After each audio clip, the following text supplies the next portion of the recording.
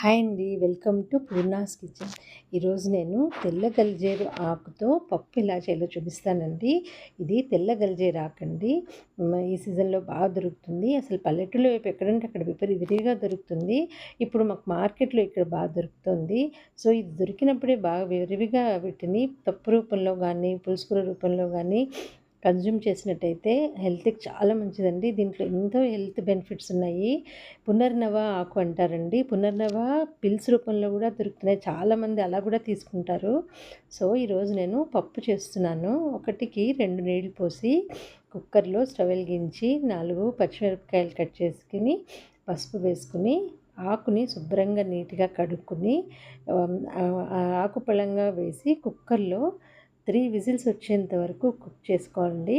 మెత్తగా గుజ్జులాగా అయిపోతుంది. ఎంతో రుచిగా ఉంటుందండి. నేను కూడా అనుకోలేదు ఇంత టేస్ట్‌గా ఉంటుందని. నేను ఈ మధ్యే ఎక్కువగా ఆకు మార్కెట్‌లో దొరుకుతుంది. ట్రై చేద్దామని చేశాను. చాలా చాలా బాగుందండి పప్పు. పప్పు బాగా మెత్తగా ఉడికిపోయింది. దానికి పప్పుకి సరిపడా ఉప్పు, కారము, కాస్త చింతపండు గుజ్జు వేశాను. దానికి ఇప్పుడు దీనిపైన తిరగమాత పెట్టుకోవాలి. దానికి మూకుడు పెట్టుకుని కాస్త ఒక టేబుల్ స్పూన్ ఆయిల్ వేసుకుని మినపప్పు, శనగపప్పు, ఆవాలు, జీలకర్ర, ఇంగువ వేసి పోపు దూరగా వేయించుకుని కరివేపాకు కూడా వేసుకుని పైన తిరగమాత పెట్టి మెత్తగా గుజ్జులాగా ఇనుపుకుంటే అండి పప్పు చాలా చాలా టేస్ట్గా ఉంటుంది. కాస్త చిక్కగా గట్టిగా అనిపిస్తే కాస్త నీళ్ళు పోసుకుని పలచగా చేసుకోవచ్చు.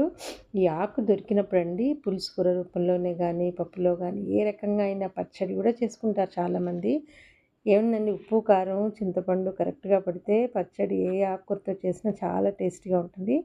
ఇలా నేను ఇవాళ పప్పులాగా చేశాను. చూసారుగా ఇలా గుజ్జులాగా అయిపోయిందో. రుచి కూడా చాలా బాగుందండి. దీనిలో ఎన్ని ఔషధ గుణాలు ఉన్నాయో అంత రుచిగా కూడా ఉంది.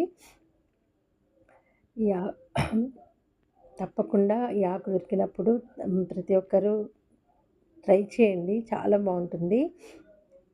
చూసారు కదా ఎంత కలర్ఫుల్గా, ఎంత టేస్టీగా కూడా ఉందండి. చూడ్డానికి కాదు తినడానికి కూడా చాలా బాగుంది. థ్యాంక్స్ ఫర్ వాచింగ్ అండి.